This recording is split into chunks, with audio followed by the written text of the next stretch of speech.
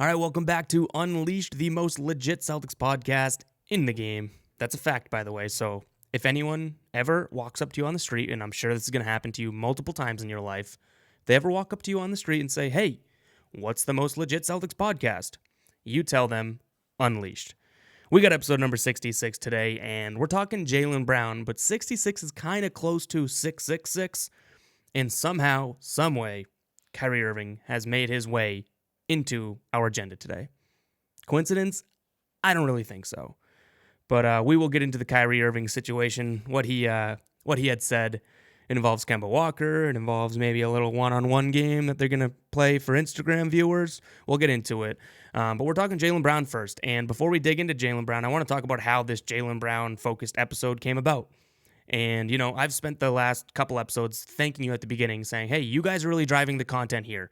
There's no live Celtics. There's no, live NBA or live sports going on right now. So you guys have been exponentially helpful in driving the content and telling me what you want to talk about. And this fellow just simply asked on the last YouTube video, on the last episode that we did, saying, hey, can you do an episode on Jaylen Brown? And the answer to that is yes, it's right here because, like I said, no current Celtics to talk about, no current event sports to talk about, really. So, and especially NBA. So, sure, I want to hear from you guys. This is a podcast from me to you by all of us. Does that make sense? So we're talking Jaylen Brown. We got two parts here that we're talking about. The first, and we have an awesome voicemail to play that was sent in for this episode. So the first part of this is Jaylen Brown. Why are people still sleeping on him in this league? Why is he not, completely regarded as maybe not a star just yet, but why is he not even regarded as like, a future perennial all-star or just a star, a constant star? Because I don't think he is. I think Celtics fans definitely think he's going to get there. But hell, I would even say Celtics fans might not be completely sold on this kid, which to me, it doesn't really make sense. If you've been listening, for a while or watching the streams for years, the post-game streams, or just following me along on Twitter for years, I've had my ups and downs with Jaylen Brown. In fact, last season when he got benched, I was like, this is a good move. He isn't playing well, yada, yada, yada. Ended up fighting his way back, and look at him now. So, why are people still sleeping on him? It doesn't make sense. Is it right to be sleeping on him? No, because you're going to wake up to a nightmare that is Jaylen Brown if you're not a Celtics fan. He is the type of player that if you tell him he can't do something, he comes back and does it. Think about what people have knocked him for. Shooting. Well, his rookie season, he shot 5 times a game, field goal percentage of 45%, three-point percentage of 34%. Few years later, now this season, before it was cut short or suspended, what have you, shooting 10 times more a game, 15 shots a game, shooting almost 50% from the floor, and 38 from 3. That was his big knock, inconsistent jump shot. Jaylen Brown takes one thing and says, nope, if you don't think I'm good at that, well, I'm going to show you. And whether it's not he's listening to people saying that, or he's just got the self-awareness to work on it, either way, he's getting better. Another thing is his basketball sort of decision-making. He's got a good basketball IQ. I don't want to say that. But his decision-making and his playmaking ability, maybe we'll lump these into one, is something that we've seen improve, at a rapid pace, even from last year to this year alone. Jaylen Brown could have been, for argument's sake here, could have been on a 5-on-1 fast break with the ball and somehow made the wrong play last season. There's so many times, and if we want to be realistic, there's so many 2-on-1 opportunities where he'd have the ball and he'd either, take a forced layup, try and go for a stupid dunk, or pass the ball super, super late, and a 2-on-1, which should always result in 2 points at least, would result in nothing. This season, I've seen a complete 180 from him, to be honest. That was a huge, huge turnoff for me last year. And part of the reason when I say I've had ups and downs with him, part of the thing that I would get on the post-game streams, and, if you're a long-time viewer, an OG of the streams, that I would harp on because it was so noticeable. The camera's zooming in on a 2-on-1. There's Jaylen Brown. He's got Jason Tatum with him. They're going up against, freaking Muggsy Bogues. And Jaylen Brown somehow makes the wrong decision, and the ball starts going the other way. Not this season. Not this season whatsoever. He still has some work to do there. By no means am I saying Jaylen Brown's now the perfect player. He's taken every criticism and said, nope, I'm just going to get better. No, Jaylen Brown still has plenty of work to do, in terms of, getting to that absolute lock-in of a star, but he's gotten better and better at things like passing, decision-making, jump shots. He's become a better defender. He's become bigger and stronger. Like, he's a guy that you don't know what you're getting as a finished result. And I say that in the most respect and, positive way possible. And let me go off on a tangent here. Jason Tatum, you know exactly what you're getting from him if he works out. He is going to be a legendary Hall of Fame type scorer. Now, I'm not saying that's all Jason Tatum can do, but that is his forte. Let me ask you what Jaylen Brown's forte is. Or would you say, maybe he's just like that, all-around two-way guy. Yeah, what if Jaylen Brown works out to what he should be or could be? He can do everything superbly. He's got the athleticism, he's got the strength, the defensive ability. If the shooting gets there, everything. Jaylen Brown hasn't really scratched the surface or hasn't really played his cards yet into what he is as an NBA player, which is interesting because, like I said, there's two parts to this. The second part of this, and we're going to play a voicemail before we get to this, is who do I believe, and I asked a few of you guys too, and you responded with who you think Jaylen Brown's sort of player comparison is. And we have who he was compared to at the time of the draft, and we'll revisit that too, but you don't know what you're getting from Jaylen Brown entirely, which is unbelievable. I say that with all the positivity in the world because he's the gamble. And sometimes, guess what, guys? Sometimes that big gamble, like Danny Ainge, like the Celtics organization did, they paid him some big bucks on the gamble. Sometimes that gamble pays off. Believe it or not, you do win some bets. Speaking of bets, last episode we talked about the Michael Jordan documentary. Go check out last episode if you hadn't, episode number 65. But I just wanted to go off on the tangent and say you don't know what you're getting from Jaylen Brown, and that's a good thing because you know what you have. You know what you have from him, and it's not a bad player. Not a bad player whatsoever. You don't fully know what you're getting from him.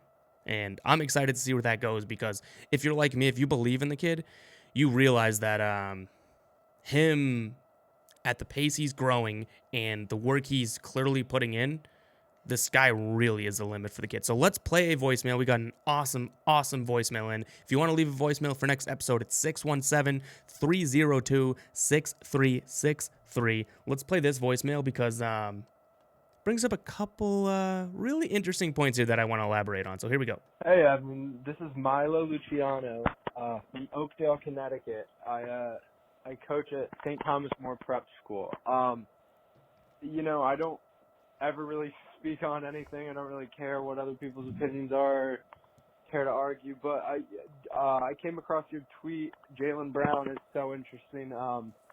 I think he's massively underappreciated, and I think he has as high of a ceiling as almost like any, two-way versatile wing. I think he can guard 1 through 4, and I think that he'll have the potential to, continue to do that for 5, 6, 7, 8, 9 more years. His skill set's only gone up. He's a crazy athlete in transition. He's highly coordinated, so I think he can learn anything. I mean, he's so good in space. He can create his own shot. His play on the perimeter is really consistent now. I mean, I think he'll be good. I think, personally, I think he has a higher ceiling than Jason Tatum. Jason Tatum's a little more ready now. A lot of guys don't have the benefit of working with someone like Drew Hanlon since they're in 6th grade. He's just so polished. But I think Brown will be really, really good. And so there you go. That's my thing. Thanks. I enjoyed thinking about this. Thanks. All right, so first thing there, Milo, you mentioned you don't like to, argue your opinion or anything like that. You're very welcome to call into the show anytime you want because I can tell you know your stuff, and you're a basketball coach, so you clearly know your stuff. But on top of that, the point you're bringing up, you can't really argue. So Jaylen Brown, underappreciated. Fact. This guy is so underappreciated. But then you bring up what I really think is the meat and potatoes, call it, of your point. The Jason Tatum and Jaylen Brown comparison. Jason Tatum has a higher floor right now, without question. If you were to build an NBA team just based off of what guys have accomplished or what they've shown, not accomplished, what they've shown, anybody would take Jason Tatum over Jaylen Brown because of what he is right now. What if I told you Jaylen Brown works out to be Kawhi Leonard in 3 years? If you had that little tidbit of information, What do you think people are taking? It's a little bit different. So I feel like people miss that point when they start to think about Jaylen Brown because everyone's, and me too, I fall right into this bucket. Everyone falls into the glamour that is Jason Tatum in terms of, look at that sidestep, look at this clutch shot, look at him dunk on LeBron, yada, yada, yada. He is the guy that's playing better basketball right now. But if you're talking ceiling, I don't see how you can ignore Jaylen Brown. You're not wrong if you believe, like Milo, that Jaylen Brown may have a higher ceiling than Jason Tatum. You can't be argued because you're talking about the unknown, which is exactly what I love about Jaylen Brown. I know that sounds weird, but the best thing about Jaylen Brown is what he can be. And that's not a knock because he's a plenty good player right now. Like he'd be a starter on every team in the league pretty much. So I'm not knocking Jaylen Brown by saying his best attribute is what he can be. That's just a testament to his work ethic, how much he's already improved. And like Milo mentions, he can learn things quickly. Like we've seen Jaylen Brown take flaws in his game and say, okay, they might not be perfect this upcoming season. I'm going to work on it this offseason. They might not be perfect, but you bet your bottom dollar they're going to be better than they were. And the proof is in the pudding. The proof is in the stat sheet. The proof is in the eye test. Like, watch Jaylen Brown play and tell me he hasn't improved on his downfalls or his flaws. And that's what I love about him. I love the idea that Jaylen Brown can be anything.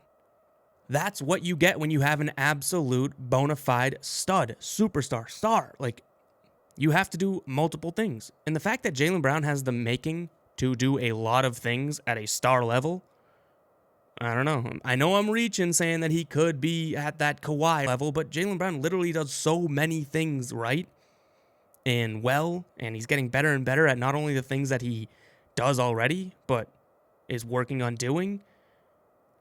That unknown is scary if you're not a Celtics fan. Celtics fans, we love it. We can't wait for it, but if you're a Clippers fan or a Nets fan or a Sixers fan or a Lakers fan or any other team in the league, you're going, oh boy, I hope Jaylen Brown doesn't work out. And again, that's what the Celtics organization took the gamble on. They know you're not paying him for his scoring right now. You're not paying him for his defense. You're not paying for him as athleticism.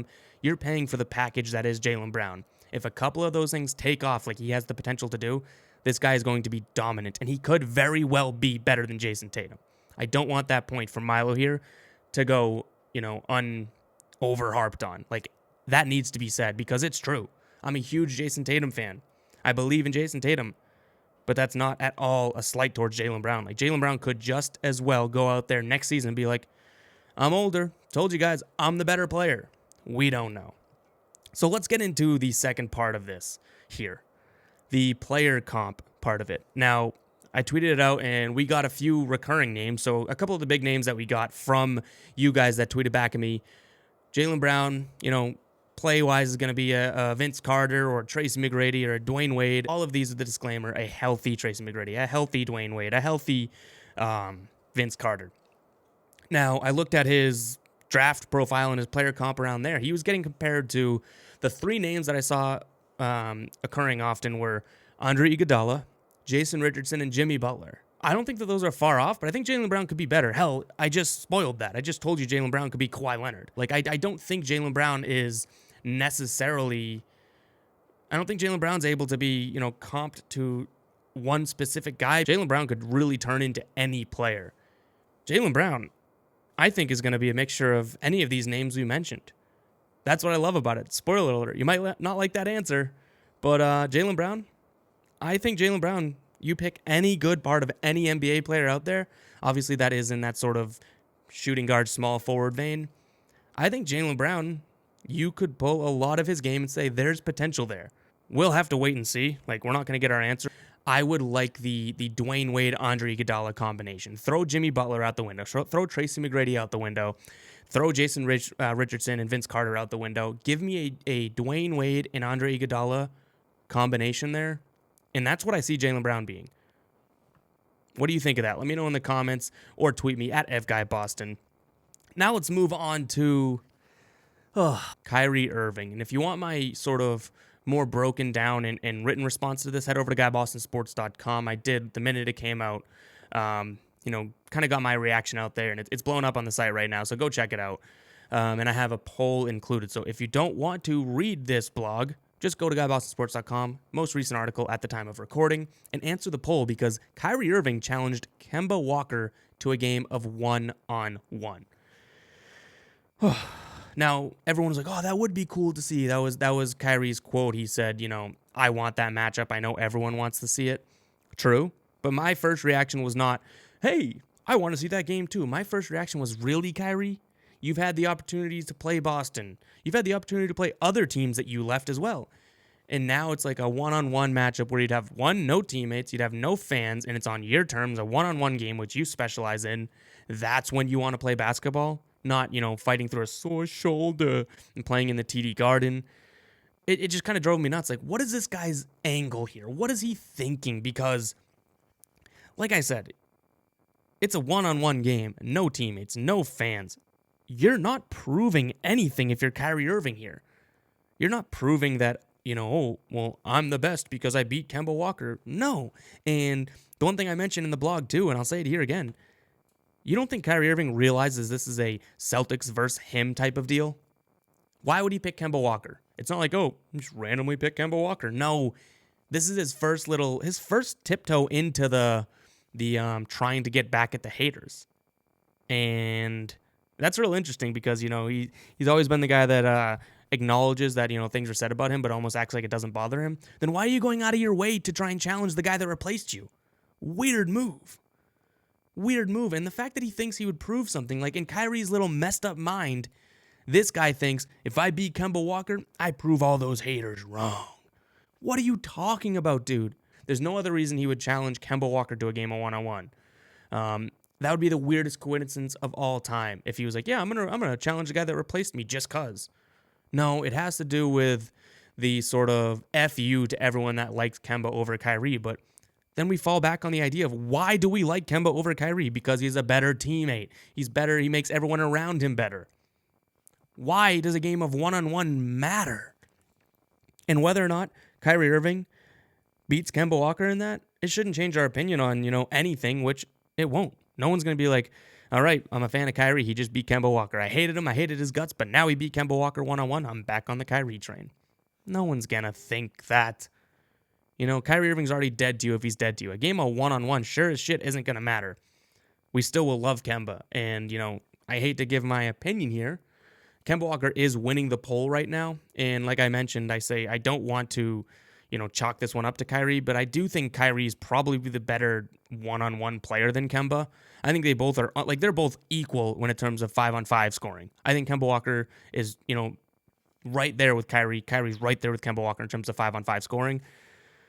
I mean, Kyrie Irving in one-on-one, I feel like that's exactly what he specializes in. And Kemba Walker too, but you throw in the size and Kyrie being able to probably shoot over him. It's like, I don't know. So I wouldn't discount the idea that Kemba Walker can win this one-on-one game, but I would just preemptively say I don't throw any weight into the victor. So even if Kemba Walker beats Kyrie Irving, I wouldn't be like, told you stink, Kyrie. No, either way, I don't think differently of either player. And you shouldn't either. Like I started this saying, Kyrie Irving just proved everyone right. He thinks his way to get back at Boston is to beat a guy, one, that they love, two, show that he's best with no teammates on the floor, and three, play in front of no crowd, no real-life audience. What are you thinking, Kyrie? It proves nothing other than you are better with no team if you win, assuming. You are better with no team. You are better when there's no fans heckling you. And, it proves that you can score. We didn't realize that. Just, I don't know. It was kind of crazy to think about because I don't know. It's still going to stick with me. Why Kemba? If he's going to deny that it's a Boston versus Kyrie thing, why pick Kemba? I don't know. You let me know what you think at FGuyBoston on Twitter. You can comment on this YouTube page if you are watching. Make sure you're subscribed if you're watching. If you're listening, please consider heading over to YouTube and finding the Guy Boston Sports channel and subscribing. But if you are comfortable listening on iTunes, Spotify, Google Podcasts, CastBox, Overcast, Stitcher, anywhere like that, make sure you're following us along or subscribing and leaving ratings and reviews and sharing it around. It definitely helps a ton. Hope you guys enjoyed this episode, and till next time.